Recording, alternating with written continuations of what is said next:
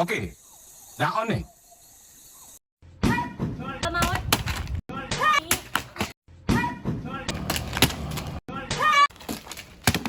Nah, yang ada di foto ini adalah tokoh pemikir ekonomi Islam yang bernama Al-Mawardi. Nah, Al-Mawardi ini mempunyai nama lengkap Abu Al-Hasan Ali bin Muhammad Ibnu Habib Al-Basri Al-Mawardi. Ia dilahirkan di Basrah pada tahun 364 Hijriah, bertepatan dengan tahun 975 Masehi, dan meninggal dunia di Baghdad pada tahun 450 Hijriah, bertepatan dengan tahun 1058 Masehi dalam usia 86 tahun.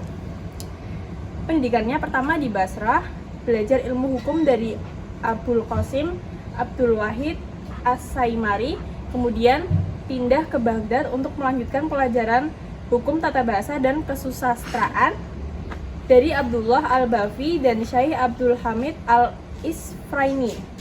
Karir Al-Mawardi selanjutnya dicapai pada masa Khalifah Al-Qaim sebagai duta diplomatik untuk melakukan negosiasi dalam menyelesaikan berbagai persoalan dengan para tokoh pemimpin dari kalangan Bani Buwaihi Saljuk Iran. Nah, berikutnya ada pokok pemikiran ekonomi Islamnya nih.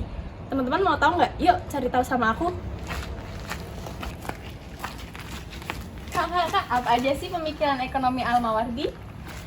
Sebelum masuk ke pemikiran ekonomi Al-Mawardi, beliau mempunyai 3 karya tulis, yaitu yang pertama ada Kitab Adab Ad-Dunya Al-Adin, yang kedua ada Al-Hawidah Al-Ahkam As-Sultaniyah. Akan tetapi, para ahli ekonomi Islam sepakat bahwa Al-Ahkam Al-Sultaniyah merupakan kitab yang paling komprehensif dalam mempresentasikan pokok-pokok pemikiran ekonomi Al-Mawardi. Selanjutnya ada pemikiran ekonomi Al-Mawardi. Yang pertama ada negara dan aktivitas ekonomi. Negara wajib mengatur dan membiayai pembelajaran yang dibutuhkan oleh layanan publik karena setiap individu tidak memiliki membiayai jenis layanan semacam itu. Dengan demikian, layanan publik merupakan kewajiban sosial atau fardu kifayah dan harus berstandar kepada kepentingan umum.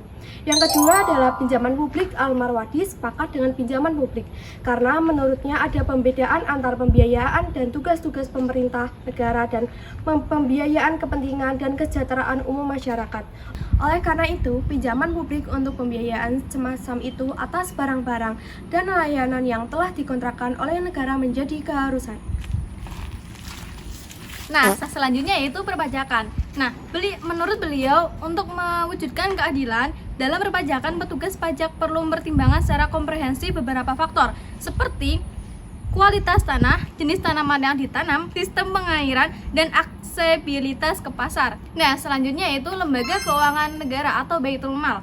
Nah, Al-Mawardi berpendapat bahwa untuk memenuhi kebutuhan dasar masyarakat, negara perlu memiliki sistem keuangan negara yang terorganisir dengan baik.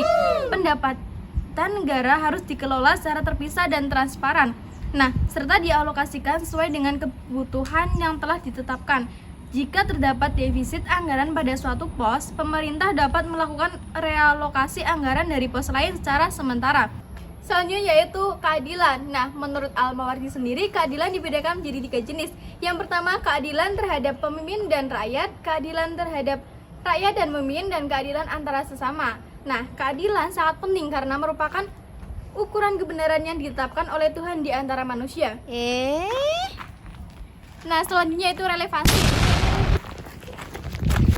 Kemudian relevansi pemikiran Al-Mawardi ini tetap relevan dalam konteks negara modern, terutama dalam sistem ekonomi Islam yang mengintegrasikan nilai-nilai keadilan, kesejahteraan masyarakat, dan peran aktif negara dalam memastikan kemakmuran rakyat secara merata.